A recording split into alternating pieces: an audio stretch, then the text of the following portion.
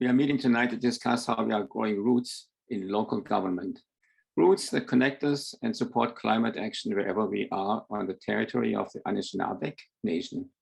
The people of the three fires known as Ojibwe, Odawa, and Potawatomi nations. We also want to thank the Chippewas of Saugeen and the Chippewas of Newash, known collectively as the Saugeen Ojibwe Nation at Neashiinigmin, as the traditional keepers of this land. It is our responsibility to be good treaty partners and to care for the land we are on, and the land we care for, and where we continue to grow roots. Hi, I'm Jenny Carver, and I'm one of the co-hosts, as Lee said. I'm really interested to hear what all the perspectives are tonight from the panelists. I think it's going to be really important to understand for me what are the mandates. It can be quite confusing what the mandates of municipal government and county government and provincial government and federal government are when it comes to the climate file. So I'm looking forward to sort of understanding what the mandate is, what the sort of governance approaches are, because I think we need to be able to ask the questions and offer the support and sometimes pressure at the right level of government. So it's important for us to understand, I think, what is within the purview of the municipality. So super interested in hearing what folks have to say, and particularly at this time when we're getting close to a municipal election. And it's important for us to understand what our municipalities, what their work is and what they're doing, which is a great deal you'll hear tonight. Yeah, our first speaker, Rob Kerr, is not from this particular area, although I know he enjoys visiting the Grey Bruce shores.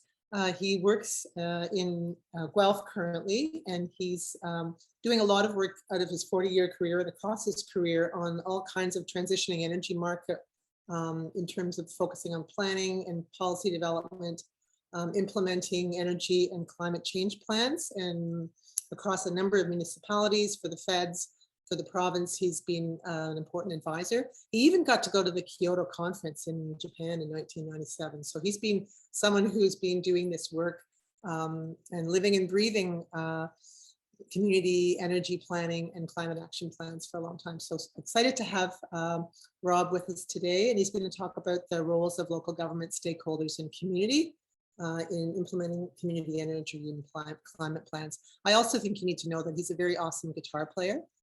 It's a hugely important personal information about him. So. Over to you, Rob. Thanks so much for being here. Thanks, Jenny. I won't be playing my guitar tonight. I'm going to be talking about municipal roots. Jenny kind of undersold my love of the peninsula in general. I've been visiting there for 35 years, probably, and even attempted to move there until a real estate deal fell through, sadly. So I continue to aspire to actually be a citizen of the area. I will see how that goes. But I am speaking to you from Guelph, the town I was born and raised in, and actually worked for the city of Guelph for 10 years, and I'll talk a little bit about that. Tonight, I would like to sort of frame what I have to say as context. You're going to hear from some speakers about their specific plans, and I've had a chance to read them. They're awesome plans, very, very well done. I don't want to read my CV to you by any means, but I did want to just sort of put some context from my personal experience on, I'll just call it this file of local government and their communities and their aspirations around addressing energy and climate issues. I've been working on that most of my career, either as serving local government or municipalities. I was the executive director of ICLEI for 10 years, and that's where I had my global UN experience starting in Kyoto. Some of you may not be familiar with ICLEI, but they are a global organization of municipalities or local governments, to use the more global term, thousands of members, many of which were setting targets around their emissions as early as right after Kyoto, and I'll talk a little bit about that. I also worked at the city of Guelph, which is one of the first cities to do a community energy plan. Bleeding edge at the time, I would say, and lots of lessons learned there. So at the moment, I'm a consultant providing services to a number of municipalities across the country who have established their plans So I'm not going to speak so much about the planning process tonight, but about implementation. So the huge challenge of implementing your plans, because I think we'd all admit that these plans, although well done and heavily engaged with your communities, the aspirations in those plans is huge. And I think there's a reality check that any community faces when they start looking at what it's going to take to implement those plans. So I'd like to sort of talk about that high level. I'm going to simplify a lot of things. So I'll give a little historical context. Where are we today? And I mean municipal action across the country. Roles of local governance, and I spend a lot of time in this space these days as a consultant on a number of projects, being very specific about the role of local government. I call it governance, and I'll explain that word a bit more further. And what kind of institutional changes sort of need to happen to actually facilitate movement towards implementation. So I'm going to give some big picture. I was in Kyoto, and I will not say that I even knew what was going on there. That's 25 years ago. I was brand new at ICLEI. It was a huge thrill to be at a UN conference. It was so chaotic and crazy, I couldn't even tell you what happened there, but I did know what my mission was. ICLEI, being an association of local governments, one of many in the world, had actually achieved a certain amount of official status to the UN to advocate for local governments.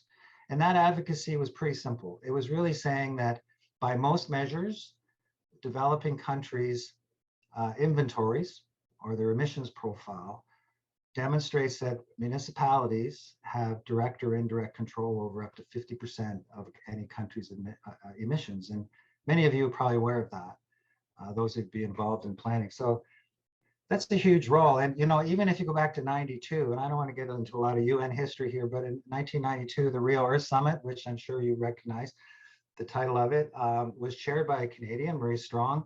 And he took the leadership in including other voices rather than national governments, which are the official members of the UN. And local governments was on that list. ICLEI was born, actually, as an association, was born at the Rio conference and continued to this day its mission advocating for local governments in national and subnational activities. So just to simplify what happens in a very complicated UN process, the Kyoto Protocol was the outcome from Kyoto. In that protocol was a recognition of local governments. The states that all signed on to it, Canada included, went home and hopefully honored their commitments. Now, there's always lots of discussion about how well that's done. But I can say when it comes to municipalities, Canada can brag about being at the forefront in terms of its support for municipalities.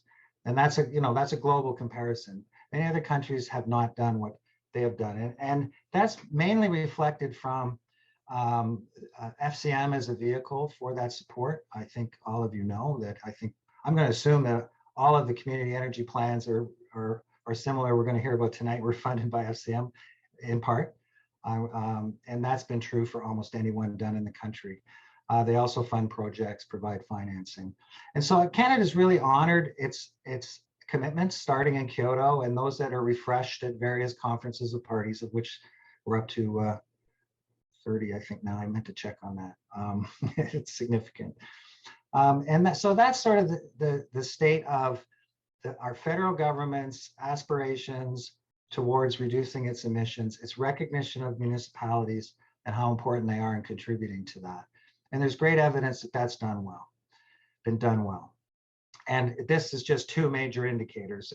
I'm a senior associate at an organization called QUEST, Quality Urban Energy Systems of Tomorrow, to explain the acronym, and they're about to do some research on this.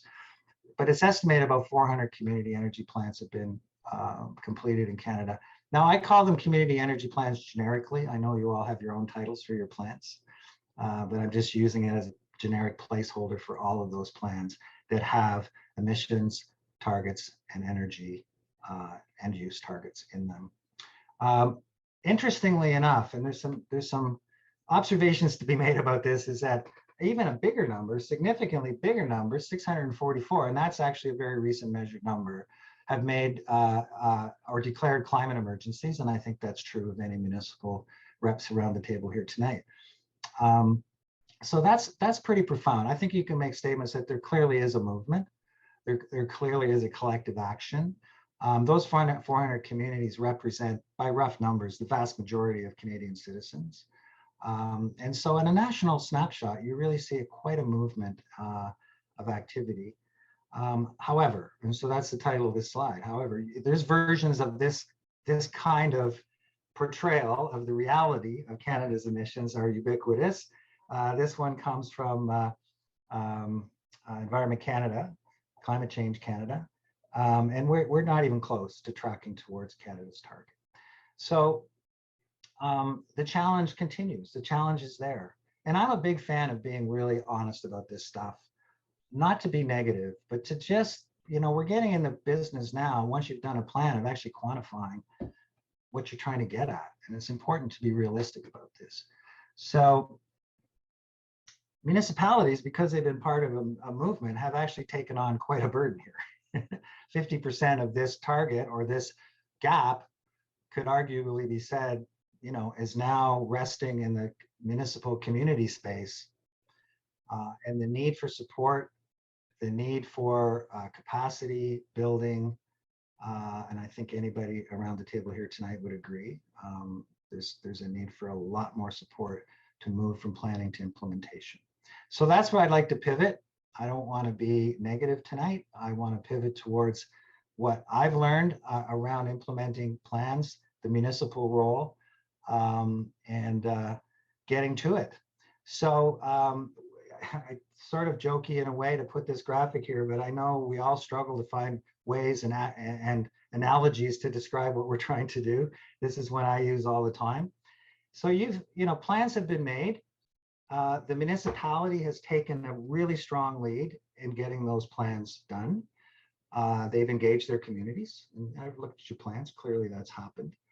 And so you've sort of built this choir. And so how does that collective planning effort pivot to implementation? And that's kind of what I want to talk about today.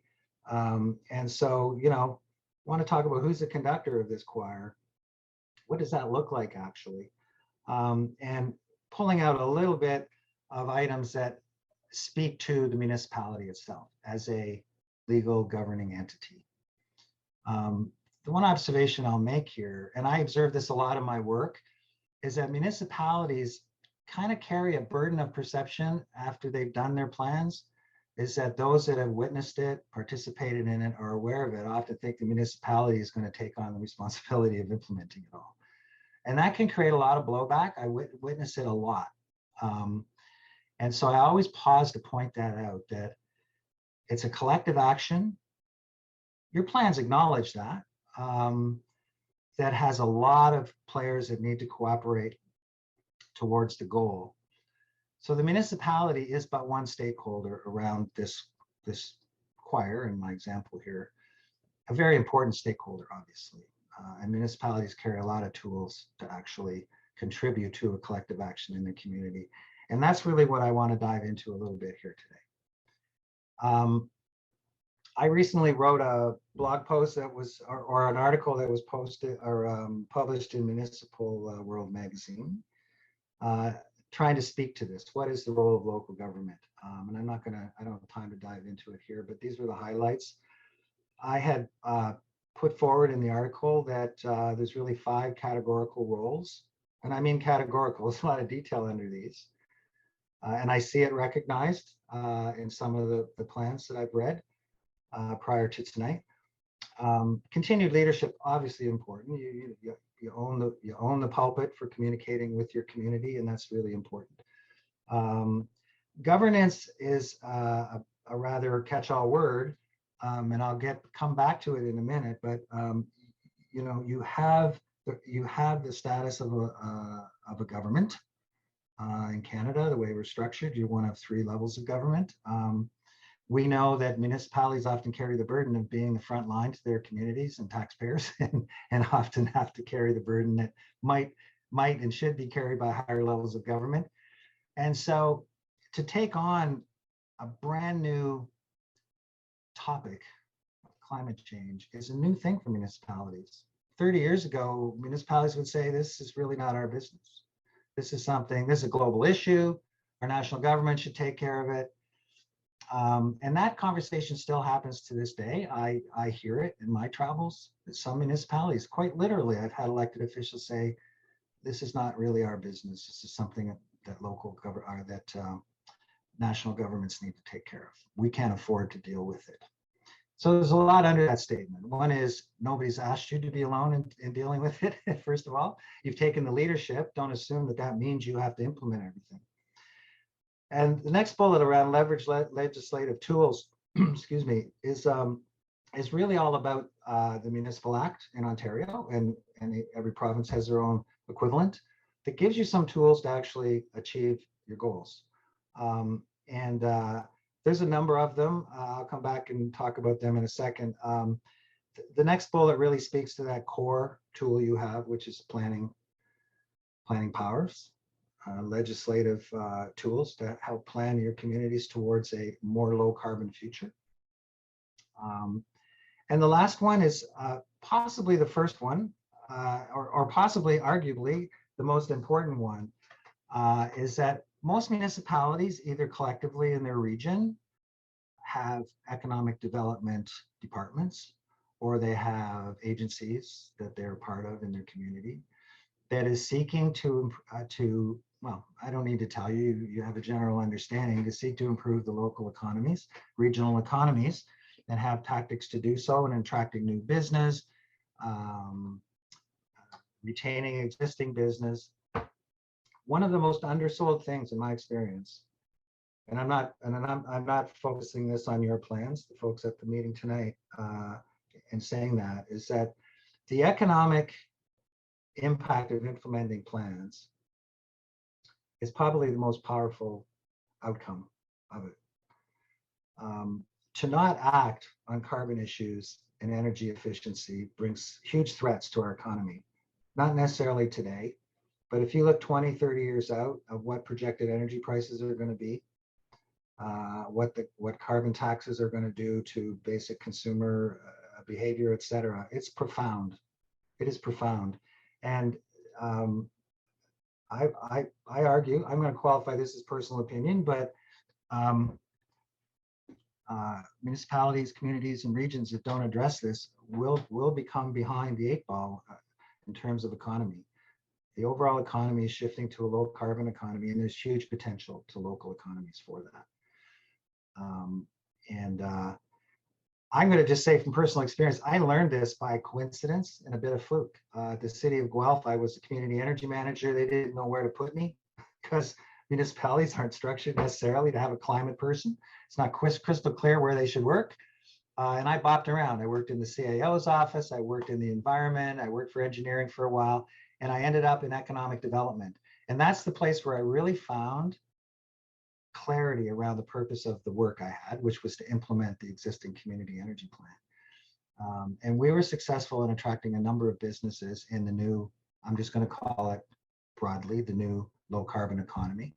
Attracted a very large solar company. We attracted some service companies to that industry.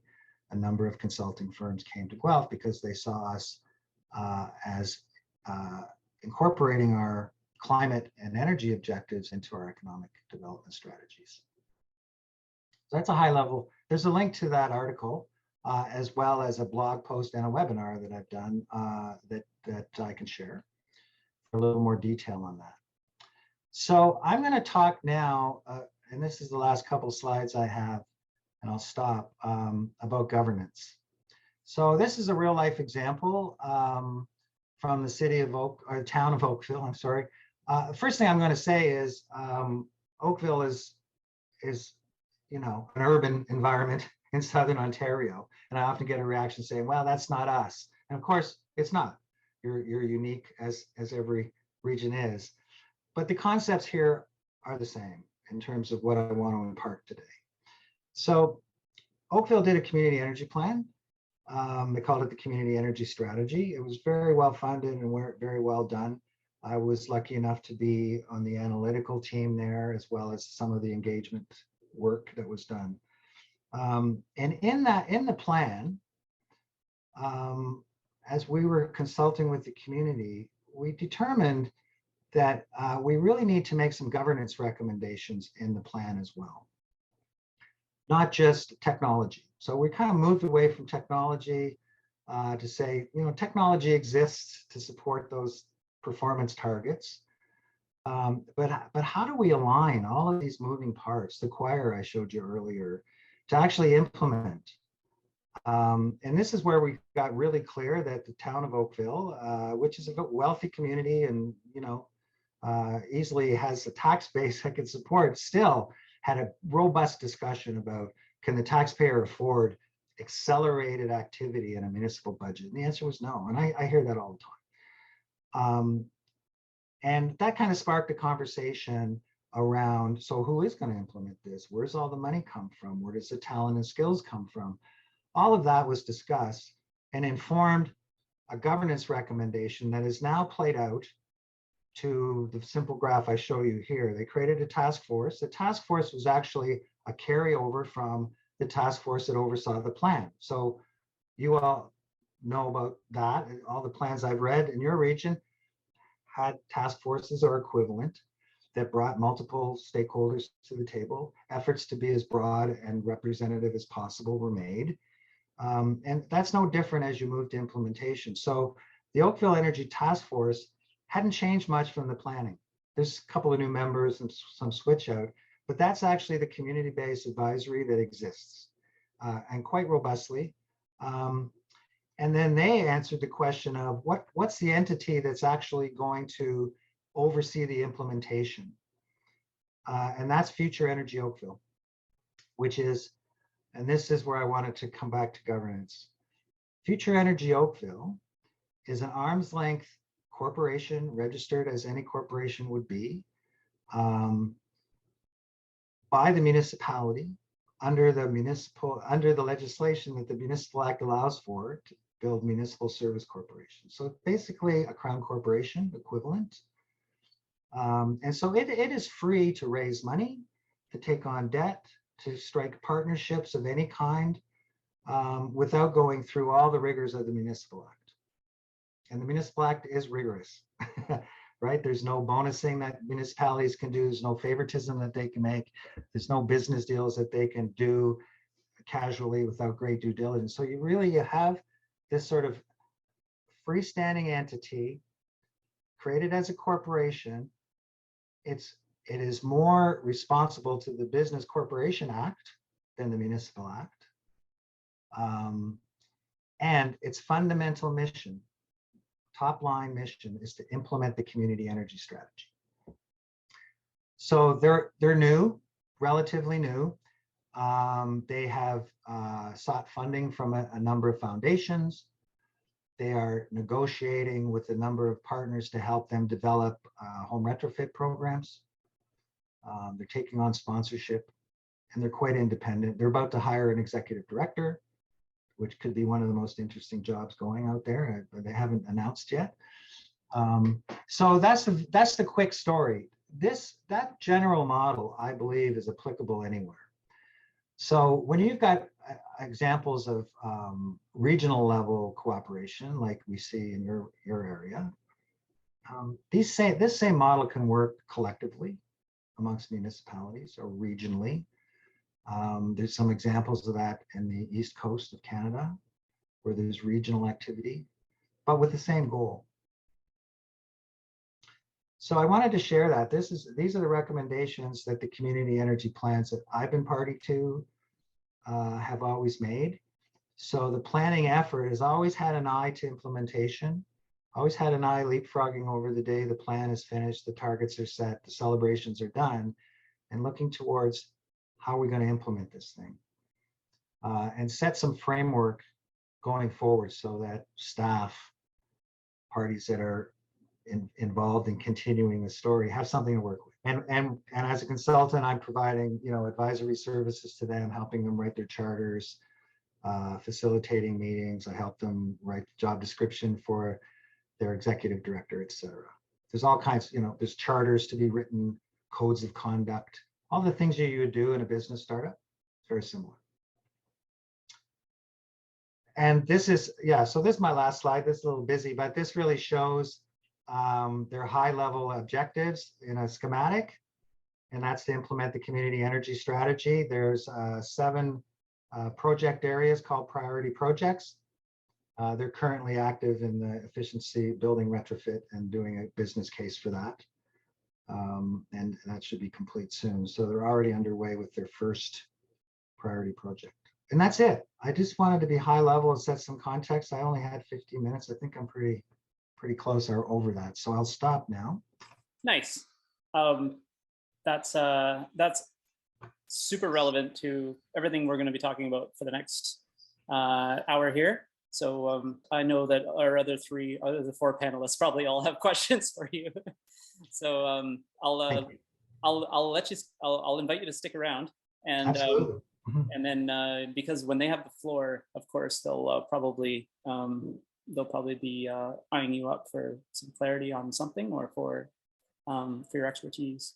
Okay, so Linda Swanston will be next, and many of us know Linda already from the Grey Goose Climate Action Network. Linda is the manager of climate change initiatives with Grey County, and her work brings together county departments, local municipalities, other stakeholders, and the community at large in climate action. So obviously, Linda's working in the implementation part now of what Rob talked about. Linda, with the finalization of Going Green in Grey, the Grey County Climate Action Plan launched on Earth Day this year. Previously, Linda was with the Manager of Policy and Research in Environment and Energy Division at the City of Toronto. Linda's climate work focuses on building strong relationships with internal and external collaborators to deliver broad community benefit through climate action. Linda has a Bachelor of Environmental Studies in Environment and Resource Studies, a Master's of Global Environmental Governance from the University of Waterloo, and completed the Certificate of Eco-Psychology in 2021. I'm kind of curious about this eco-psychology at some point, how that pans out, Linda. But the floor is yours. Thanks for being here, Linda.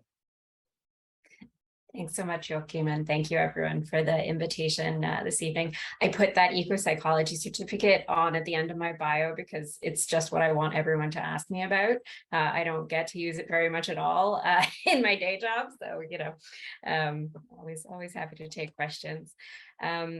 I almost wish I hadn't made slides because there was so much rich material, Rob, in your remarks and presentation that I'd just love to kind of engage with. So I'll try and do that a little bit as I go through my slides. I can tell already, I will keep my comments to 15 minutes, but I may just skip some slides. Like, I think I'm going to have to be a bit selective about which ones to cover. So feel free always to ask questions. So the one thing that the very organized organizers made clear was that they did not want me to give you a presentation on the county's climate change action plan. So I will try to refrain from doing that. But you can't give me a platform where I won't at least mention the plan.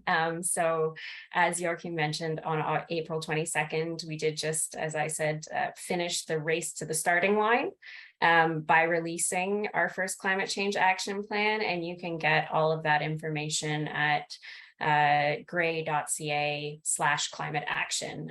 So there's both, this is just a screen grab. There's both a kind of summary document that's about 25 pages long.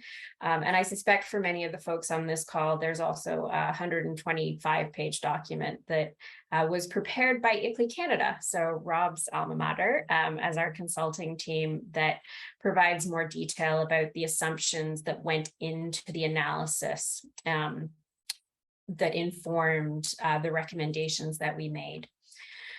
So taking to heart the request, which was to kind of talk a little bit about the relationship between the county's work and our local municipalities, there's sort of, I guess, a few angles that I wanted to connect. So I'm always really thrilled to be part of any event that starts with a land acknowledgement. I think as treaty peoples, reconciliation is just so central as something we all need to be thinking about. And that feels even more true in the context of climate and environmental action. And so, you know, my gratitude to the traditional stewards of this land is significant. And as a newcomer, particularly, I moved here last summer, trying to be really aware of the fact that there's a land and a landscape that drew me here, but also a community. And that community is both settlers and First Nations and Indigenous community, and really trying to think about in my work what that can mean, and also ask that question, knowing that the expertise around what reconciliation looks like definitely doesn't sit with me. So wanted to, and so this language on this slide comes from Going Green and Gray, which really sort of, I think, at this point sets an intention as we move into this implementation stage to be thinking about both partnership with Indigenous community to sort of generate benefit, and also Indigenous knowledge. And I'd be really interested, Rob, at some point to maybe see your thoughts or others on where First Nations and Indigenous peoples fit into the kind of multi-level governance around climate action. Because I think there's an opportunity for more thought and work there. So one of the things I was asked was, you know, what do municipal staff do? What are some of the tasks that fall to us? And so I think this slide is really just to highlight engagement. A lot of what I have done and what I know I will be doing in implementation also is convening stakeholders, and the details of this slide in terms of what we did aren't really the message, but rather my experience is to successfully move forward both planning and implementation. That role of convener, I think, is really important. And certainly some of that convening most effectively happens by elected officials through task forces, through special roundtables on economy and environment, or whatever it may be. And then some of that convening does fall to staff. And we sort of spend a fair amount of time talking to Nicholas about what we're doing to sort of see how we might best be able to coordinate. We did quite an extensive engagement process, or we certainly attempted to sort of provide a relatively extensive number of opportunities for engagement. And there were 11 key findings that are all on the website. But one I wanted to speak a little bit to is around the prioritization of actions. The report is long. There are 21 community actions within it and almost another 20 corporate actions. So I think one of the tasks that falls to government, either at the county or local level, is to kind of convene and hopefully land on where the prioritization of actions needs to fall. And so the prioritization process that we used was to, and it sort of ties back to some of Rob's comments around the opportunity to use climate action as an economic development driver, was really trying to look, well, I guess we looked at four criteria. We said, what's the relative greenhouse gas emission reduction potential? What's the cost to implement, to try and get kind of a bang for your buck understanding? What's the community benefit? So what's the local job creation? What's the reduction in health burden because of improved active transportation uptake? Of course, we didn't have perfect information on many of these things, but to try and bring that lens of community benefit into the work. And then the last one we looked at was, where does the county have influence? And there's some work by, and this was a slide that sort of, I think, speaks to some of the data we did have, particularly around energy cost savings. So as Rob spoke to, as we sort of look at the projected increases in different types of energy and the carbon tax, the estimate is that if we were to implement all of the actions in the county's climate change action plan, the community-wide energy cost savings between now and 2050, so we're talking a pretty, reasonably long time horizon, but, it's $2.4 billion community-wide saved. So trying to tell that story around the community benefit and cost benefit of climate action is definitely part of what we're doing.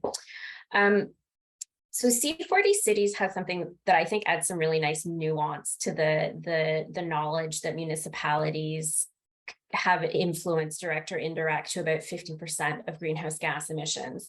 I'll try to put this link in the chat when I'm done speaking. I don't think I can multitask. But basically what they did was they said, okay, a municipality or a jurisdiction, let's say, there's kind of 4 ways in which they might influence an outcome. They might own and operate an asset. So they might run a public transportation system, or they might own the road network.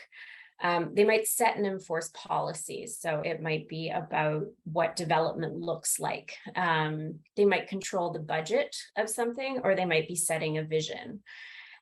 And for really almost any source of greenhouse gas emissions, their hypothesis is you can create something where you look at each of those 4 dimensions and say how much influence is a municipality or a county likely to have. Now, this is for C40 cities. So these are large urban cities. So it's going to look slightly different in a rural context. But as a frame, I think it's really useful. And one of the questions I was asked is, what do residents need to know to be effective in sort of supporting climate action? This slide isn't going to give you the answers, but thinking about the issues that are important to you and sort of where does that influence lie? Is it because, in my case, the county is setting a budget. And of course, now I'm trying to think a good example of it, but perhaps it's around setting a policy for paved shoulders on county roads, where we can't change what the provincial or federal regulations are around what a road looks like, but we can add a policy saying that there needs to be a paved shoulder on certain roadways. So we looked at all those kinds of influence. And I think what I'd like to just say on this slide is there were a few areas where we said the county's already engaged. So we have, I would say, I don't know if I want to quantify what I would say the county's level of influence are on these, and it's not uniform, but these are areas where the county does have some influence. So in terms of planning, and I'm not an urban planner by trade, but the county does set an overall official plan, which then guides the municipal plans of a number of our municipalities. But we also review subdivisions. So if it's a large development that's coming, it's going to come through the county's planning department.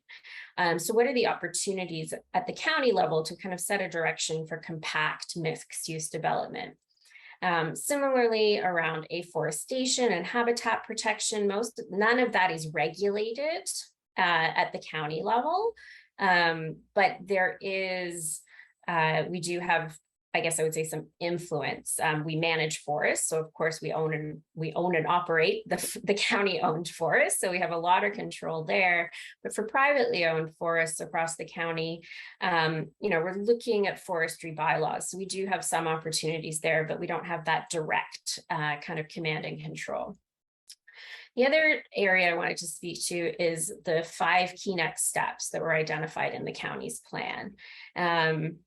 And I think, maybe using the green development standard as an example, because it's something that comes up a lot. We hear a lot from residents, or I'll get emails saying, well, can we make this new subdivisions put solar panels on all the houses? And the answer is complicated. Can we turn around to this specific developer and say tomorrow you must put solar panels on all of your new buildings? There's going to be a lot of barriers to that sort of rolling out in that way. But to some of Rob's comments, under the Municipal Act, there are certainly many examples of municipalities implementing green development standards that can't require anything above and beyond the Ontario Building Code, and they can't be at cross purposes with any provincial regulations, but use municipal control of site plan to require certain things, be it greater permeability, increased energy efficiency of the building itself. And so you get into this really interesting space where municipalities are able to ask for different things for development within their community. And another fun thing that, I will say I'm still wrapping my head around is what those kind of green development standards look like in a 2-tier environment, where the county has an opportunity to set policy or set sort of vision, but any implementation of a green development standard is going to happen at the municipal level. It's not something the county is going to implement because it's most likely going to happen at the site plan level. So it becomes that kind of conducting of an orchestra where you've got developers, you've got local engaged residents, you've got local municipalities and the county, all with, hopefully a shared vision around sustainable, or needing to develop a shared vision around sustainable development, and each with different roles to play in implementation. So collective action. So one of the things, and this is, I think, my second to last slide, that we're certainly thinking about is what is a governance structure to move forward with implementation. So the plan, one of the actions, identifies the need for the establishment of an implementation advisory table, which is certainly not an arm's length agency, but is sort of that recognition that there really needs to be more than just municipalities in the county at the table. And one of the questions I think that we're asking at this point, and ultimately would of course need to put to council, is what implementation governance makes the most sense here locally. But things we're already doing around collective action are, we'll support each other with outreach and engagement. I'll make sure if there's a social media post around Town of Blue Mountains work, that we'll try and get it out through the county's channels and vice versa. We have a community of practice where staff meet on a monthly basis to share best practices and experience. And also we are looking around coordinated implementation, particularly around things like electric vehicle charging, green development standard, and some of those other priority next steps. So that's it. Thank you so much. I'm certainly happy to answer questions now or at the end of the evening. Thanks for that. One question that came in was that if we're hit by a heat dome or a local emergency, how ready is the county if we're hit by a heat dome, including like a community-based disaster? Is there any avenues for a local disaster risk management? So I may invite if any of the local municipalities want to speak to this as well, but we do at the county level go through a hazard identification and risk assessment on an annual basis. It's under a provincial regulation. I can't speak directly to what the assessment is around heat domes. I'm not aware if we have, my understanding is, and again, I'm potentially throwing my colleagues under the bus, but I believe because most community assets like community centers and libraries are not county owned, they're municipally owned, that any of the kind of cooling network that does exist is managed at the municipal level. But I think the county does look at that risk in our annual risk assessment process. Thanks, Linda. Are there any supports for local farmers who want to measure changes in carbon in the soil? So exciting. So currently the County of Wellington has a project called Experimental Acres, which is specifically doing that with farmers in Wellington County, is allowing certain farms to apply to be part of an Experimental Acres project that does look at sequestration. And we're intending to bring that program to Grey County in 2023. It's an application-based program. And then beyond that, they're not county-run programs, but Alternative Land Use Services is doing a project with the Carbon Offset Coalition through the Nuclear Innovation Institute that's all around measuring sequestration. And then locally, I'll have to put it in the chat, but I know there's also a local entrepreneur who's really active in that space around trying to measure and quantify sequestration for the purpose of offsetting. Thanks for mentioning Alternative Land Use Services. I'll put that link in the chat. And thank you. And getting back to the theme of the night, Megan asks, how has it been getting buy-in from the lower tiers, specifically the lower tiers without climate staff or climate capacity? Mm-hmm. I mean, one of the thoughts I had sort of in preparing for this is you need to resource your plan. There's lots of different ways you can resource your plan, but if any organization adopts a plan but then doesn't resource it, it's not going to happen. And one way to resource a climate plan or to try and catalyze climate action is to have a dedicated staff person. Absolutely. But also, there's certainly examples where a jurisdiction has hired a single staff person and then not supported them. You can look across Canada to see that, and it's very hard to get anything done. And conversely, you might have a municipality or a jurisdiction where there's really strong senior level support, both by elected officials and by senior management in the organization, who makes it clear to the department heads, climate change is now a key factor. You're going to be asked about it in your capital budget submissions. You're going to be asked about it in your staff report. So you need to be thinking about it. And I would say overall, it's been great to work with all of the municipalities. Certainly, we're all at different stages, and different municipalities are struggling or thriving in different ways. But we have a really, Nicholas can disagree with me, but we really enjoy those monthly calls, and it's a great opportunity to kind of travel together on a road, and also kind of build that road as we travel together on it. Thank you. I saw a video of a satirical video of a company that was trying to build airplanes while they flew airplanes. I'm really interested about this whole understanding of influence and what between the different tiers and which areas different tiers have influence over in that space between that you talked about. So we now will hear from Nicholas Cloet, who is one of the dedicated staff persons in Grey County in the Town and Blue Mountains, and he's been doing that work since January 2021. And it's great to have you here tonight, Nicholas. Before coming to the Town and Blue Mountains, he did a bunch of work in the Waterloo area, the region of Waterloo, climate change planning coordinator, and also as economic development data analyst. So he's got that experience that I'm thinking about Rob and the economic development piece and how important it is to have those pieces connected. So Nicholas is going to have experience in both those areas of work. Nicholas lives in Meaford, but he did his training education in Waterloo with a Bachelor of Environmental Studies, a Master's of Economic Development and Innovation from the University of Waterloo also. So he's going to talk a little bit about the Town of Blue Mountain and the work that he's supported and sometimes led there. And they have a really interesting future story sustainability plan that's worth having a look at for folks who are interested in what the different municipalities are doing. So Nicholas, over to you, and thanks so much for being with us. Thank you for having me, and thank you for the introduction, Jenny. Right, so I guess as the sustainability coordinator for the Blue Mountains, I think my role in this panel today is kind of to describe some of the work I've been doing and kind of maybe closer to the ground level. I'll try to explain some of the types of tasks and the breadth of work that I've been involved in, and how, in an effort to kind of describe how a role like this can help to support sustainability initiatives in other communities, possibly. So, as mentioned, I started with the Blue Mountains in January 2021.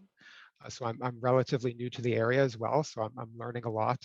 And I'm working with my manager, Jeffrey Fletcher, who is the manager of sustainability and solid waste. And the town, was beginning to undertake the process of developing an integrated community sustainability plan. And a senior staff person with two portfolios is probably not going to be able to handle that on their own. So a dedicated sustainability staff person was needed, and it's turned out there's a lot more work that I'm able to support with on the outskirts of that plan development as well. So I'll first just describe the TBM Future Story sustainability plan just at a high level, the development process specifically, because that's where my role has been involved so far. It's been 3 phases of plan development. Phase 1, near the beginning to middle of 2021, was a current state assessment, kind of trying to understand where our community is at, looking at some local sustainability indicators and surveying residents to understand what their perceptions were of the strengths and challenges around sustainability locally. Phase 2 was the vision and goals. So taking a long-term look at, where do we want to end up in 50 years if successive iterations of this plan have been implemented successfully, where what is the ideal future state of the community? And then phase 3, which is the most recent phase that we're just about finished, is action planning, which is how do we get from where we are to that ideal future state. We're actually bringing TBM Future Story as a proposed plan to our committee of the whole, which is essentially to town council on June 27th. And that agenda package should be publicly available next Monday, possibly even tomorrow. So that'll be on our agendas and minutes section of our website. Unfortunately, it's not up there right now, or I would link to it. So we've just missed that by about a day or two. In any case, my role has had several responsibilities through all three phases, which has involved, first of all, liaising with our excellent consultants at Intelligent Futures. They've been helping us to stay on track and to do a lot of the workshops, and they've been putting together a lot of the input that we've received from community members into what we heard reports. And my role has involved making sure that our internal requirements are being met, that we are receiving deliverables that reflect what we've heard from the community and that meet our requirements, and that we're following a timeline that allows us to meet our objectives within the established timeline for the project.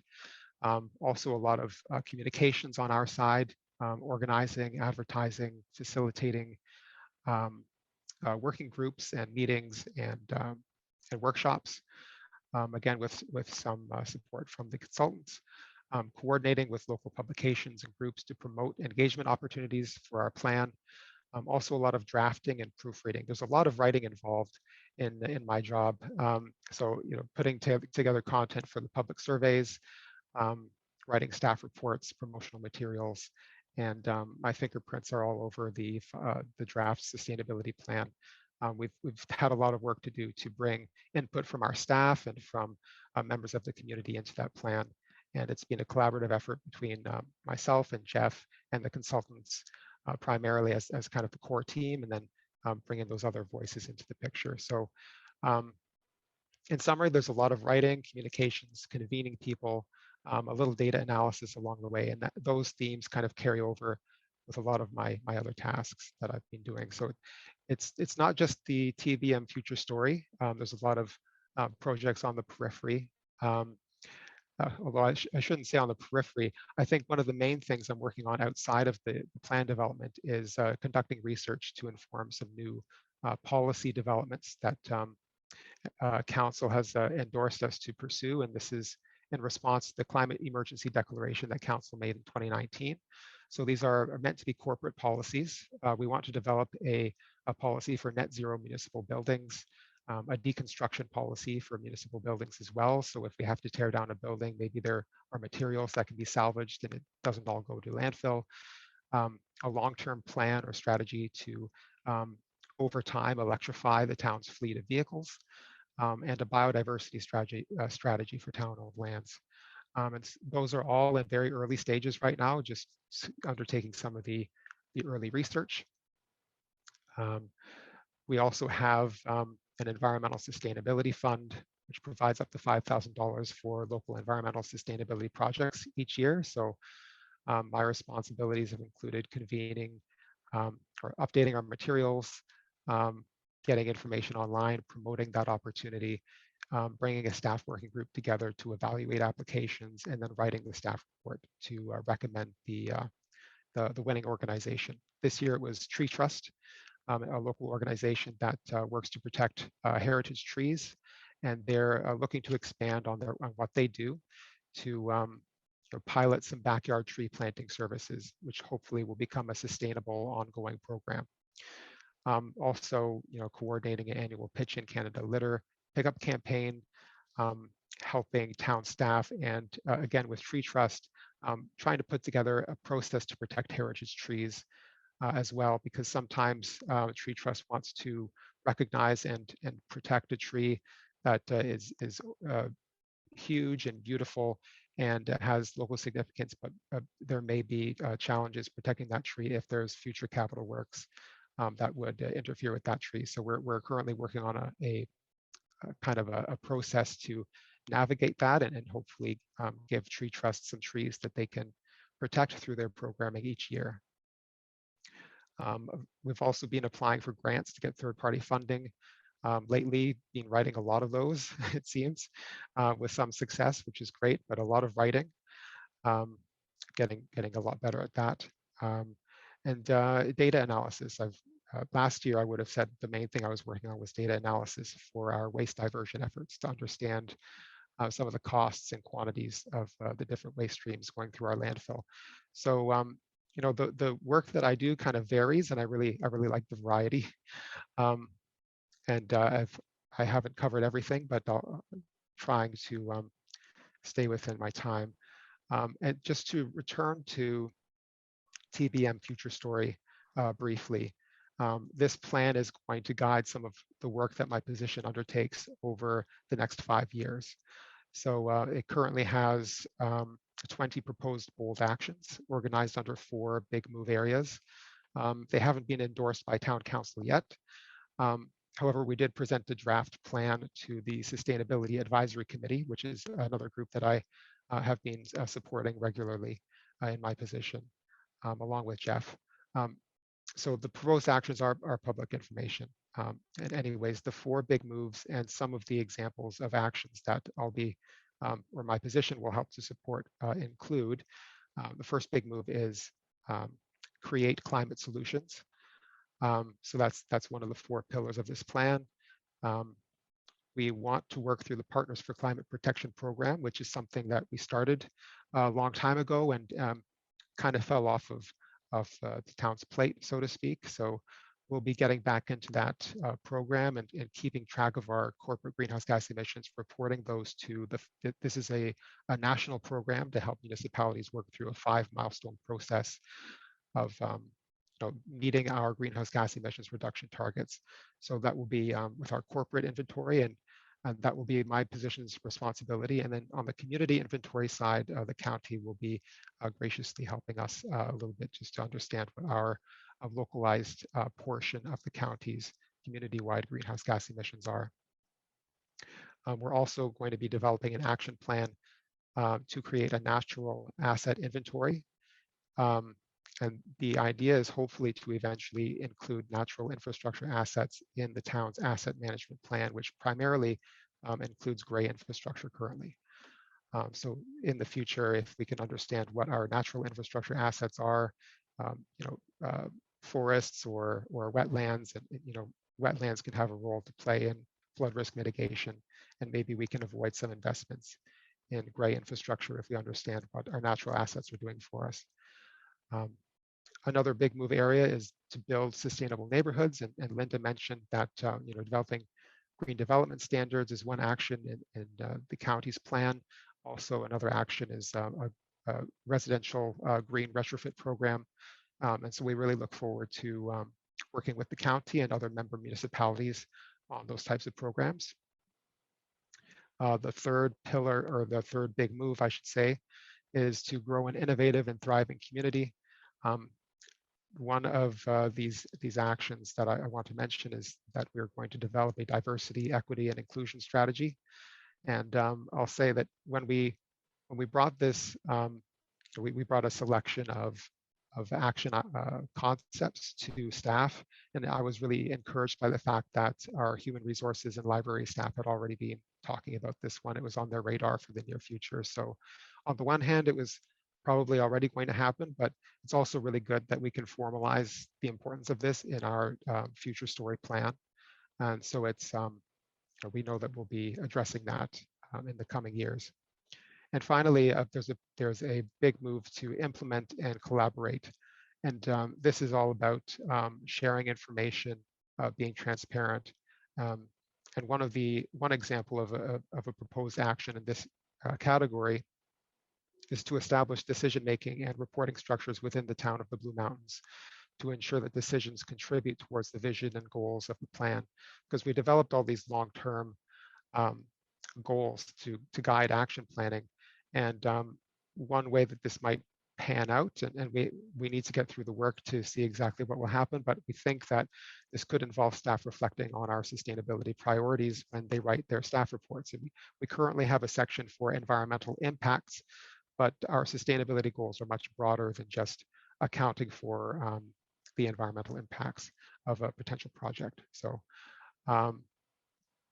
and also to Linda's point about resourcing our plans, our staff report, which again is going to before council on June 27, does attempt to explore the staff resourcing and cost estimates of each action. We went through each action and tried to estimate the number of, how do we break it down? I think it at first by a number of days. I think that's how we've actually presented it in the report. I don't remember exactly. And then there are cost range estimates as well for each action.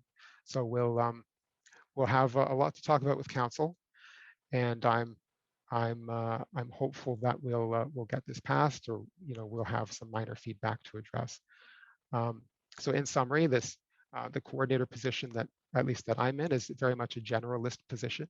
I'm not a specialist, but although I do have some training and experience with greenhouse gas emissions accounting, a lot of that experience coming from the region of Waterloo. But one of the benefits of not being a specialist is that my job is to seek those people out and to learn from them, and I really enjoy learning. So there's a lot of learning for me to do, and I'll wrap my presentation up there. Thanks. That's an amazing update. It's a really big update for me because I haven't been tracking Town of Blue Mountains. Congratulations on getting Nicholas. This is the story, the future story. Right, getting it built, and like Linda says, racing to the starting line. I'll ask you, Nicholas. I remember Rob saying that Canada had they led the way in engaging municipalities some time ago. Linda's put not only has she put in your future story link, but she's also put a neat case study from last year about multi-level governance. So there's all sorts of resources that someone in your position might have in creating the future story. You mentioned PCP, Partners for Climate Protection, which you rebooted. Was there any other resources that were huge for you? So on the natural assets piece, when we went to staff with our proposed action ideas, essentially, which was originally based on some of the research our consultants did and input that we received from community members, there wasn't a lot of understanding of what a natural assets inventory would cost, what would go into maintaining one.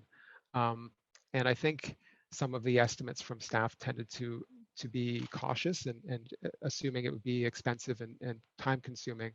But there is some training with the Municipal Natural Assets Initiative, MNAI. It's fairly cost effective, $500, and we've been able to submit an expression of interest and sign up for that, and that's going to really help us understand what the roadmap will be for our municipality to move forward. So the timing was great. So that's going to be our first step in that action. And they also were able to provide some cost estimates, which turned out to be lower than what some of our staff initially estimated. So if we do pursue a natural assets inventory, I think it will be easier for us to make the business case once we have that training and we understand really where that's headed. So that's one example. Nice. Nicholas, again, congratulations on getting this going. And yeah, we'll bring you back in the general Q&A in about 15 minutes time. But you're welcome. Who do we have next? Okay, next we have Peggy van Meirlo-West and Megan Myles. But first I want to say it's really interesting listening to Nicholas and the other speakers, which really shows how much work needs to be done and how important it is to have dedicated positions for the jobs in municipalities. So Peggy van Meirlo-West has been the current CAO. She holds a Bachelor of Science in Civil Engineering and a Master's of Business Administration. Peggy believes that municipal governments are fundamental to achieving local community-based emission reductions, since they have significant influence on development and land use decisions that shape the pattern of energy use within communities, which echoes what you already heard before very much. And we have Megan Myles. Megan grew up on the Saugeen Peninsula, where her family has lived for over 5 generations. Not many of us can say that. I can't. In 2018, she was elected as councillor for the municipality of Northern Bruce Peninsula. And in this role, she's served on the Waste Diversion Committee, Sustainable Tourism Advisory Group, and Climate Action Committee. Prior to council, Megan helped initiate and coordinate the North Bruce Peninsula Sustainable Tourism Plan, as well as Alliance Head Farmers Market. What a panel we have today. So welcome, Peggy and Megan, and there you are. You can take the floor. Well, thank you very much for inviting us tonight. I just want to provide you with a little bit of a background about our new climate action plan, but also to provide the group with some lessons learned. It's been a 2-year process. It's the very first climate action plan for the municipality, so it's been a great adventure, and hopefully some of these tips and tricks will be able to help you develop your plans also.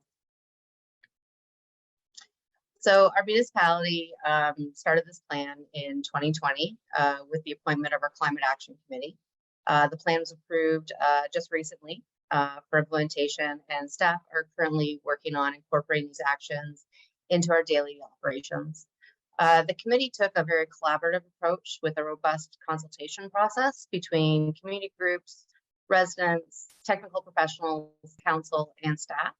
The plan outlines practical targets, and that has to be really stated that when we developed this plan, a lot of comments from the public and from staff themselves was that we're very happy to have a plan, provide us direction, but please make it that it's going to be easy to follow, and we're going to have some very small goals. And so the way that our plan is developed, we've taken things into chunks, and we just keep moving forward. And it seems to work very well for our staff when it comes to how we operate. It included 5 pillars, 30 initiatives, and a variety of specific actions that will enhance the quality of life on the peninsula.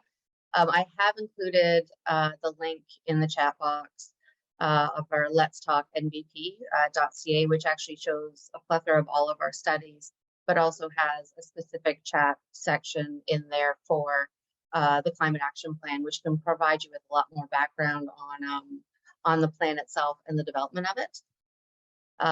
We can't say anything without thanking our partners. So, of course, our project and our committee sponsor was the municipality. We did have the Bruce Peninsula Biosphere Association assist us as a community partner. We received grant funding from Canada as the Environment Action Climate Change program.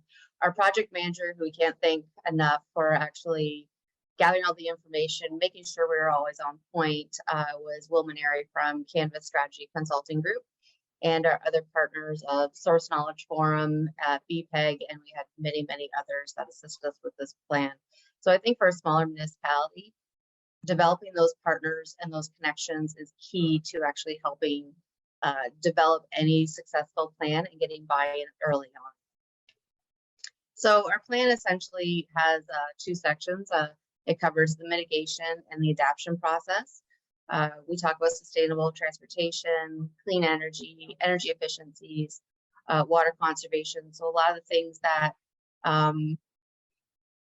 everybody can actually do their own part to actually mitigate and reduce our emissions. But we also include things such as adaptation. So disaster management, business continuity.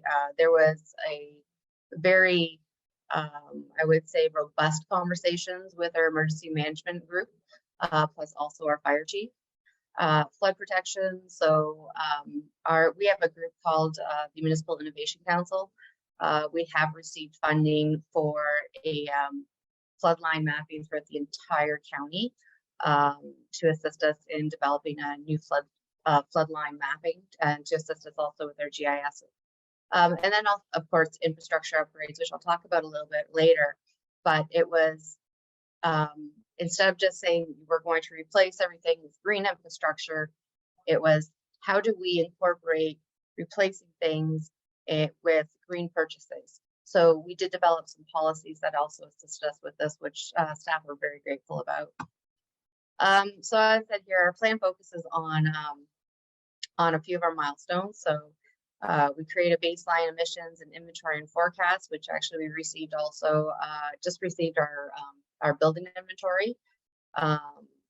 And we did our building inventory and energy audits for $15,000 for 13 buildings. So in case anybody's looking for a budget, we set emissions and reduction targets. We developed a local action plan, which has been, this is essentially what we have done currently, and council received the plan. We've implemented we are starting to implement the local action plan and developing with staff council orientation packages. Moving forward for next year's budget, we start our budget planning very early on. So we actually start our budget planning in July. So we're starting to implement, see what we can do to actually facilitate some of these programs. And the monitoring of progress and report results, we're also working with our Canvas to develop a monitoring progress solution for us that is not only going to assist in communicating with council, but also assist in with communicating with the public regarding how we're doing with this plan, as this is a community climate action plan and not just a municipal climate action plan. For folks who don't know, we talked about FCM and PCP and all things acronyms. Those 5 milestones are the 5 milestones of the partner PCP Partners for Climate Protection program. So that was one of the first things that we did as a committee, is ask council to join that program. So that's a council resolution that happens.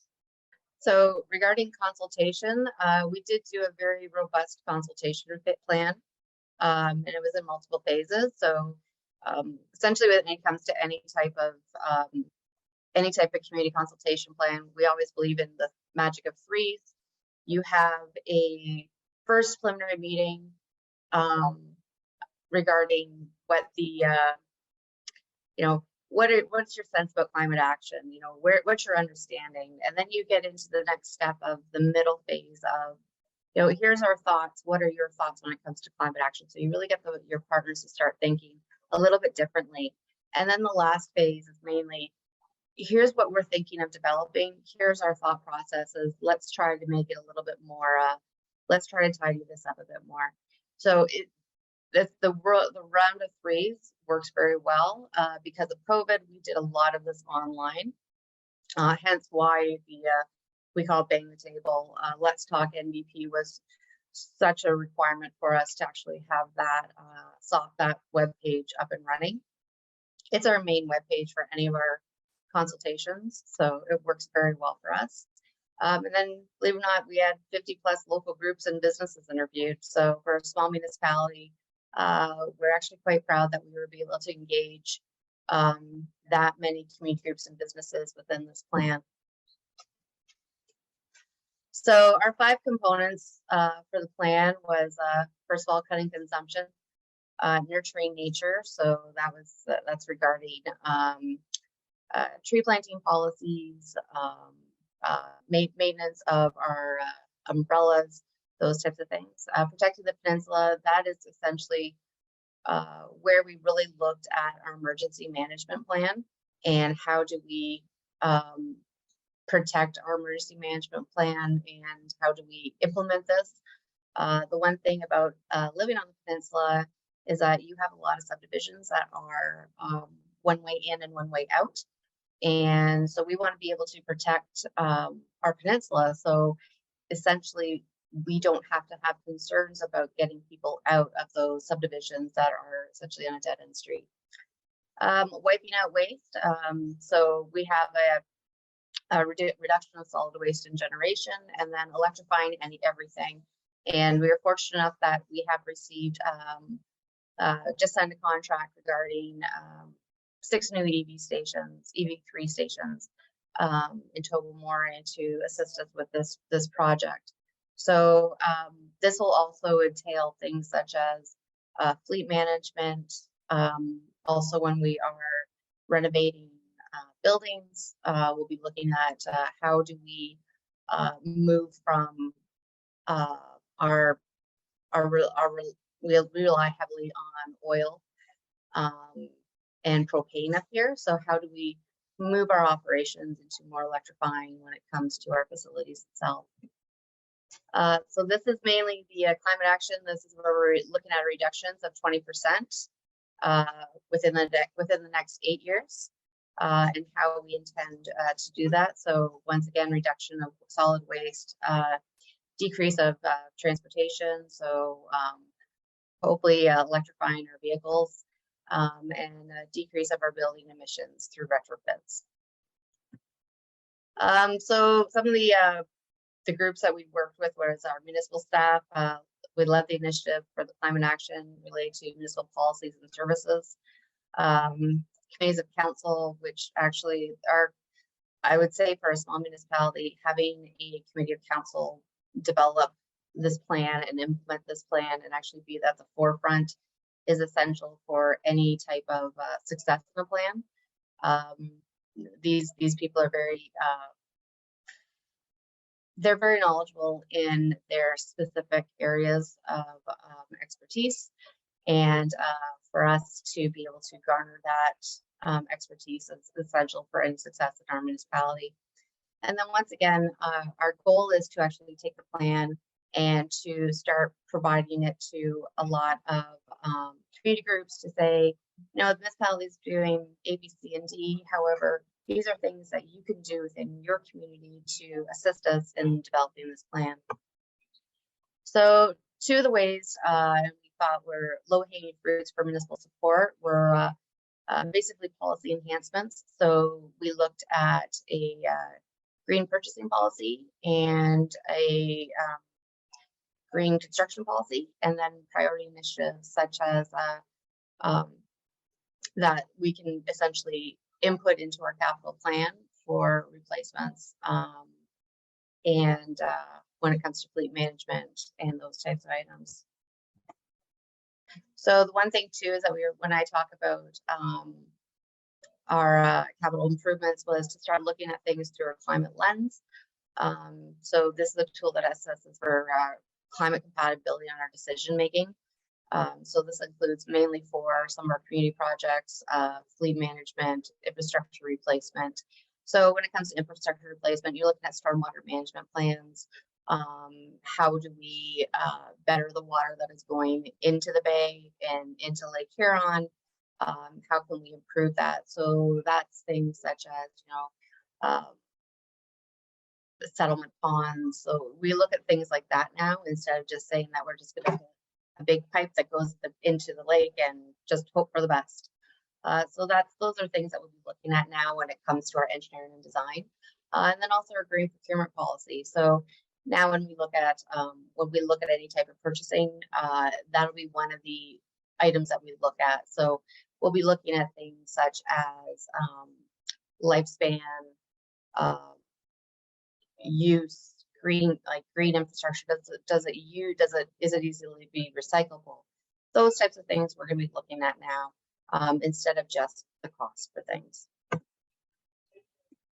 So some of the lessons learned, and I know Megan's going to pop in for a lot of this too. For myself as CAO, developing a very great terms of reference really assisted us in maintaining a focus for the committee and to the development of the plan. Committee orientation. This is something that we should have really improved upon. Being a committee of council and having to work under the Municipal Act, there are some things and learnings that we have to do. So for us, I think a good committee orientation in the first meeting that you have is key to not having any speed bumps or during the development of any plans. Also have council approve the project plan before you start, and as a point that council then has to receive the buy-in. Hire a good project manager. When we brought Will on, He was able to take the project, keep us focused, liaise with who need to be, and then also do a lot of the background work for us. So as a small municipality, I will be honest, we don't have a climate action person. We are stretched fairly thin.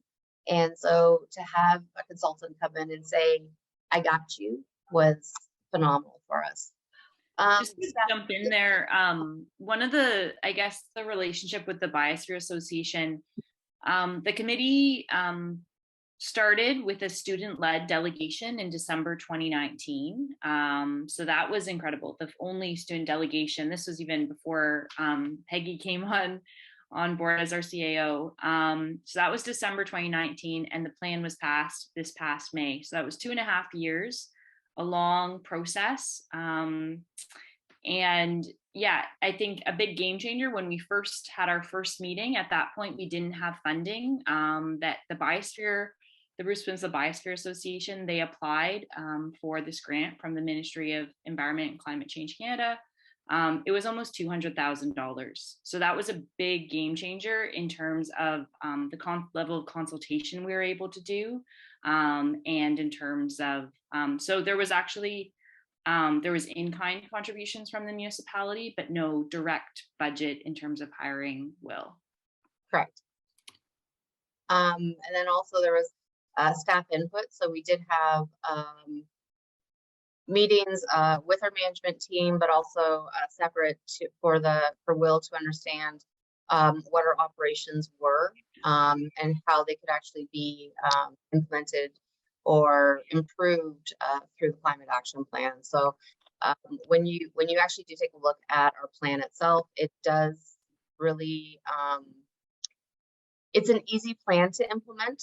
And I think we like, to be totally honest, we already have staff buy-in for this, and we're looking forward to implementing it. Communicate. Really, that this is why we started with our Bang the Table soft, and then also Facebook pages, special events, open houses. There's so many ways that you can get the word out, and I think it's it's important to do that. However, that being said, take your time with this. Even though you need to take your time and not rush in, because this is probably going to be the first time you have a plan similar like this in your municipalities, and you want to make sure that you get it right the first time. And as said here, the climate action plan that we have, the committee has done a very good job. It's very well thought out. It's easy to follow, and provides very good tools for the municipality to use on our side. And then change management is important, and this is where Will came in also to coach us into that. Yes, procurement's going to be different, but this is how we do it. So if for anybody in the management field, this is a change for your staff, and change management is important because that's that implementation phase. If you're going to get buy-in from your staff, you have to ensure that you've developed that change management plan to move forward with it. And also, this kind of rolls into that, is develop the tools to assist in this change. So for us, we are developing, we're improving how we do our procurement policies. We have looked at how we change our rating system when it comes to our larger capital plans. We're looking at a fleet management tool to assist us right now when it comes to extending our fleet management or maintenance of our fleet management. So we're looking at a system called Mesh to assist us in developing that. So get that input from your staff about what kind of tools they need to implement this change. In terms of what worked well, collaboration with the Biosphere Association, still like as, and I guess this is where I'm wondering with Rob about the relationship between municipal council and the future energy Oakville, and because it was something that we definitely had to navigate when it's actually like a third party that's hiring, but you still need really to have municipal buy-in along the way. So, what happens, but then also having a separate group, they were able to do a lot more advocacy in the community that maybe the municipality isn't as flexible in terms of being able to do that. Also, we did have some engagement with SON as well. They are really interested in hardening of shorelines. So that really aligns with kind of a climate adaptation lens. There probably could have been more on that front, but they have limited capacity as well. But we did integrate where we could. And once again, it was just such a rock star committee. We had 3 former planners and someone who's worked with Ontario Power Generation, and just so much knowledge around the table. There were 8 of us, a former teacher. So really, like, in terms of having really great group of community volunteers pushing things forward. We had the monthly official meetings, but pretty much weekly working group meetings. So, yeah. Well, first of all, we've been doing I think this is our 18th monthly climate forum in a row. And when we started, there were there was only one climate action plan in our whole region. It was in Huron-Kinloss. So just to have the 3, the local governments here tonight, I really want to say this has been just amazing to see progress and growing roots. Maybe we grew these roots back 18 months ago. Maybe they were growing when Greta Thunberg started protesting, but and maybe I'm just generalizing, and maybe I'm just being nostalgic, but it is really good seeing these profiled, and that was the point of today. But I will pick up on your question to Rob, but in a surprising twist, I'm going to ask it of Linda, because there's a question in the chat. Linda, way back in the chat, we wanted to know, because the rate of change is so important, do you see the advantage of an arm's length corporation, such as suggested by Rob Kerr, to speed up implementation? I'm not sure what the best way to implement in Grey County is. I don't know if an arm's length organization is the way to go here or not. Something I've been looking into is I'm not as familiar with kind of that arm's length, almost like Energy Corp, but certainly there's other examples of arm's length community nonprofits, not necessarily taking on some of those financing functions, but taking on a lot of the outreach and engagement and community mobilization. And that's certainly something I think I've been considering exploring and sort of looking at further. So absolutely, there's for sure advantages to arm's length agencies. And I think, like with all things, it's a matter of figuring out what makes the most sense here locally. And I've got a question for Rob, and then I'll ask Peggy and Megan. Rob, what might the benefits and risks be to a collaborative governance model? Question from Jenny. The benefits and the risks of a collaborative governance model. Great question, Jenny. Well, I think I'll pick up from Linda's comments. First of all, the example I showed you is not hardwired the only thing that'll work. I didn't mean to suggest that. I think conceptually, Linda nailed it. You know, an arm's length entity, I'll even use a more generic term than agency, has great benefits from the fact that this is a community effort. I mean, it's just a reflection of that. And it's a place where you can start to gel collective action. And if I could flip that to talk about risk, you know, it's messy business to bring people together around an issue. I mean, I can just maybe, you know, look to Lee on the effort of trying to bring everybody around an issue. It's a lot of work. It's a ton of work. And to sort of create something that's more institutional in nature, with some of the governance things that come together around that, around charters, and whether it's incorporated or not is a factor, is really focusing on that common purpose. that's really what I was trying to get at. And I think that there's great examples out there of that. It's not necessarily a radically new idea. And then maybe pick up a little bit on Megan's comment about council's involvement. It's kind of embedded in my answer here, is that you don't want to get, I'm going to put this in a phrase, you don't want council to be burdened with all of it, right? Just the same way, I don't know the details of this, but you might have ownership in your local electric utility, do you? No.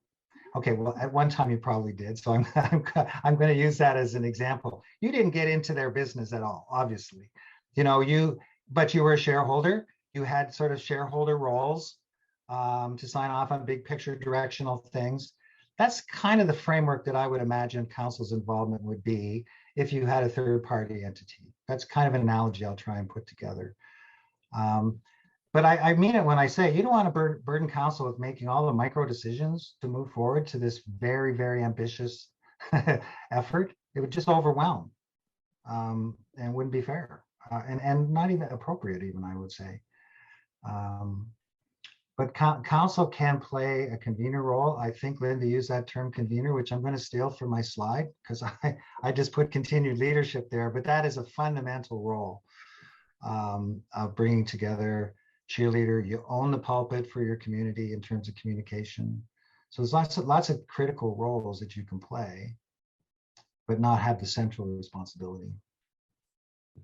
Thank you. Joachim's going to ask a couple of questions that are loose ends here in a minute, but there's one more question that's in the chat, and it's to Peggy. And with one of your pillars being electrify everything, is there anyone talking about alternatives to the transportation conundrum?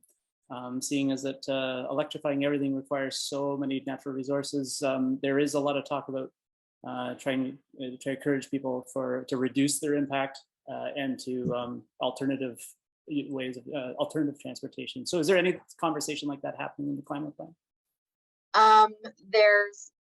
There's some discussion. These are all very, very small. We are looking at a shuttle system for Lion's Head during the tourism months to help reduce our carbon footprint. There has been discussions about electric vehicles as a fleet option. The only concern we have right now is that a lot of our vehicles are the 5 tons, half tons. So that's an issue too. It's an ongoing thing. And I think the one thing you're going to see too is you're going to see a lot more innovations happening. So yeah, it's going to be an interesting rollout, definitely. Nice. Well, I'm a big fan. They've got a lot of big cycling fans here too, so keep that in mind. Joachim, over to you. Thanks everybody. They're really great presentations and so many different aspects and perspectives to collaboration and the different layers how to work together. Just running, I'm going back to what Megan has asked, and if there's more about that question, how has it been getting buy-in from lower tiers? Are there any suggestions how to get more buy-in from lower tiers? Because that's not universal in our communities. So we heard a lot of comments about how great things are, how things work. So I'm just wondering if there are any suggestions from the panelists how to get even more buy-ins from municipalities, because that's really so important. It's at the center, basically. And just to add to that comment, I guess early on we had a PCP advisor, and basically he was saying for small rural municipalities, it should really be a climate action plan should be at the county level. So that's amazing that Grey County has taken that leadership where they have the capacity. In Bruce County, I haven't heard much about that. There's been, some initiatives through the Municipal Innovation Council, but not a county-wide plan. So that's why we kind of went for it. But yeah, I don't know what the ideal setup is. I was part of a consulting coalition that just delivered a community energy plan, energy and climate plan to the county of Essex.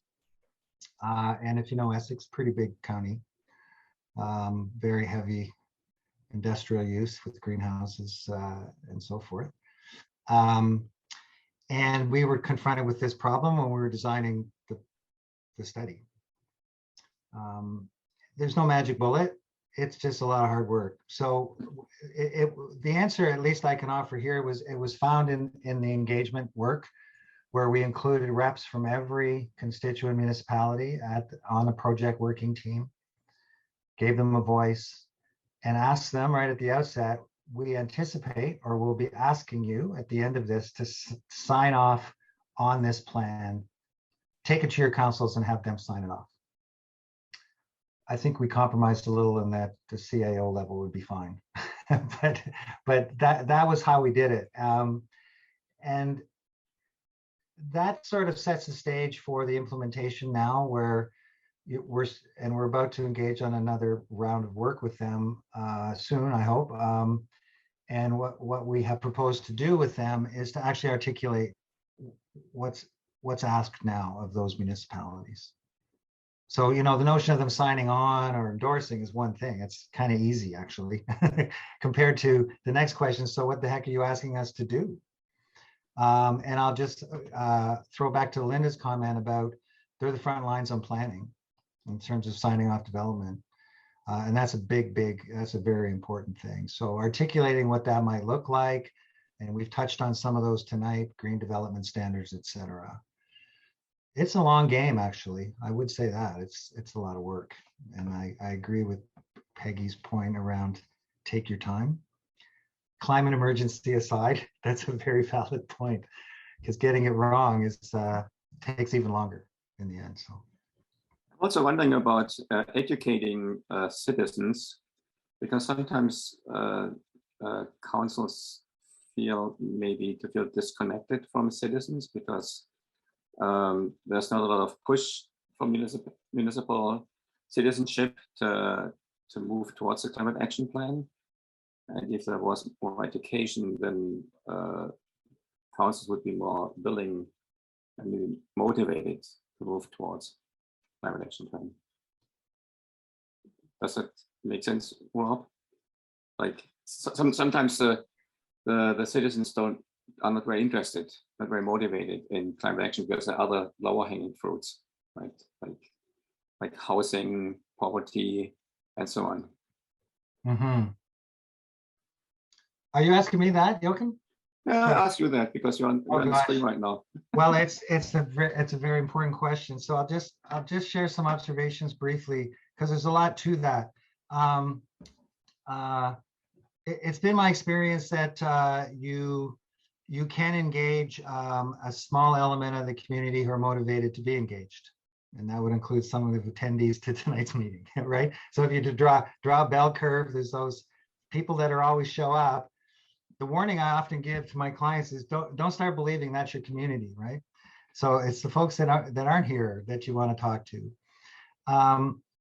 And so this is where community groups can play a really big role in engaging. So they exist.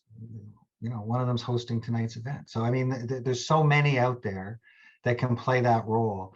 What I would say is providing those voices, call them multipliers, or communication channels, with concise information about why this is important.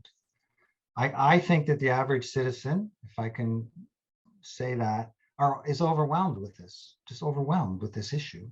So right now in the city of Guelph, I'm working with one of our local groups who have asked me to help them, and I do it as a volunteer, have for a long time, with some communications on a campaign that they want to start with the election run-up. And the topic of tonight's meeting is what I'm feeding them, is that if you're going to stand at the podium at council meetings and hammer the council and plead and beg and badger about acting, do something, you need to articulate what you're asking them to do, and keep it simple. So I sent a link to the article I wrote. I'm actually using that article to have that conversation. I would also say my work on the economic impact of implementing plans is fundamentally focused for that purpose, Joachim, is that a little bit generic to say this, but everybody's part of the economy. So you've got everybody potentially interested in the economic impact of these plans, because everybody's got a stake in that. And again, this is my own experience, is that it is the Big Ten issue. Like whenever I've attempted to be involved in a community outreach on that topic, I clearly see a more engaged audience. So basically, everybody is a stakeholder. Yes. You have to see. Yeah, I mean, there's some marginalized groups. It's true, but yes, almost everybody. And I don't mean a historical economy. I mean a carbon-free economy, a sustainable economy, green economy. There's adjectives you can add to that, but it's economy nonetheless. I think you have to look at, there's not one best fit for each municipality. You have to look at the culture of your municipality. Yes. And see what works for them. For instance, to be honest, in Northern Bruce Peninsula, the best way to actually garner input is our local newspaper still. Mm-hmm. And a lot of municipalities are getting away from that, of putting everything online. But it's, for our municipality, it's integral that things still go in the paper. So that was a learned experience for me, coming from a larger municipality before I came back here. But it's finding out that culture and the culture of your municipality as to what works well for them when it comes to engagement and input. And once again, it's an ongoing process. You can't just give them the information and hope they all may retain it.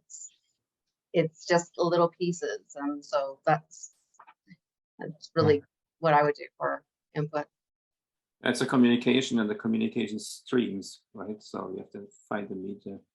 I think it's also, Joachim, I think it's also finding out what people's passion points are. You know, what is it that individuals care about, and covering a lot of those bases. I'm following Andre's comments tonight. He's had a number of comments about, you know, growing your own food and sorting out how to do transportation, and, you know, some of the issues for folks who are more struggling with poverty. I mean, those are different kinds of concerns than what kind of an electric vehicle should I buy, you know. So how do we make sure to have messages to all different audiences, because they're in all of our municipalities. Everybody yeah, how to reach everybody. Yeah, just a minute. I guess we haven't really talked about COVID at all, but basically that was a big challenge, and also a challenge to some of the conventional engagement that we would have done. I think we would have loved to have like town hall meetings and you know, breakout groups. All of our climate committee meetings were on Zoom. I think we're getting together, hopefully just socially as a celebration really soon, and that'll be our first time getting all together in person. And all the engagement, aside from one event that the Biosphere did, was all online. And it just slowed things down. So what you were talking about in terms of what the community cares about, thank goodness, I think I have the date here. The council passed the terms of reference for the committee like a week before the COVID emergency was declared. That timing, had that not happened, that the committee wouldn't have happened, and the plan I don't think would have happened, because, and even so, like there was a 6-month kind of delay for starting meetings because just staff were focusing on the task at hand. So just wanted to bring that up. Sometimes good luck, right? And well, you know, in Salem we did the Earth Day on the 23rd of April, a big Earth Day celebration, and we really try to steer away to make the term climate action too central, because people are afraid of it. So the basic idea was just to get people engaged in environmental issues. So Linda, you have your hands up for a long time too. Sorry. No. I'm fading into the fade to black with my poor lighting, but Good. I wanted to make, I guess, 2 observations. So one is, I think there's slightly different approaches needed for consultation and engagement to develop plans and programs, and engagement around taking action or behavior change. And they're, they require different tools and different approaches. And appropriately and essentially, I think government needs to play a key role in engagement and consultation around plan and program development or policy development, because those are plan policies and programs are things that a government is going to, at minimum, be convening folks to participate in, and in some instances, implementing entirely. A green development standard falls entirely to a government to implement. So government needs to consult on what that looks like.